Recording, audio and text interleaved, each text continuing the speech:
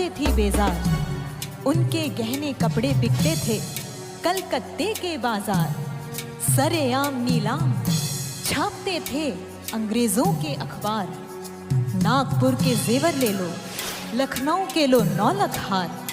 यूं पर्दे की इज्जत परदेसी के हाथ बिकानी थी। कुटियों में भी विषम वेदना, महलों में आहत अपमान। वीर सैनिकों के मन में था अपने पुरखों का अभिमान।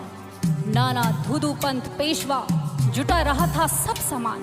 बहिन छबीली ने रणचंडी का कर दिया तब प्रकट आवाहन।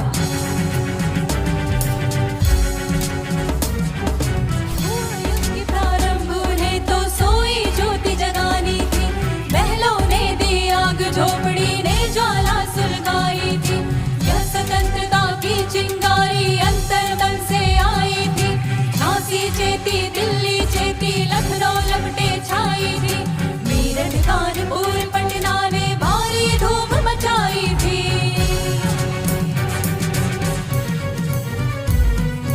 जबलपुर कोल्हापुर में भी हो, जबलपुर कोल्हापुर में भी कुछ हलचल नुकसानी थी। बुंदेले हर बोलों के मुंह हमने सुनी कहानी थी। खूब लड़ी मर्दानी वो तो झांसी वाली रानी थी। बुंदेले हर बोलों के मुंह हमने सुनी कहानी थी। खूब लड़ी मर्दानी वो तो झांसी वाली रानी थी। This was the time when Lord Dalhousie passed a new policy that was doctrine of lapse.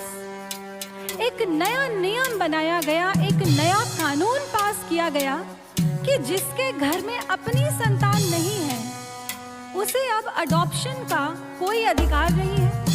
Adopt की हुई संतान को उत्तराधिकारी नहीं माना जाएगा और वो पूरा का पूरा राज्य, पूरी की पूरी प्रॉपर्टी जो है वो अंग्रेजी सरकार को समर्पित हो जाएगी। इस तरह से भारत के उत्तर से लेकर भारत के दक्षिण तक और भारत के पूर्व से लेकर भारत के पश्चिम तक एक एक राज्य में इस प्रकार अंग्रेजी सरकार ने प्रताड़ना की, उत्पीड़न किया। लोग कर्रा उठे थे उस समय।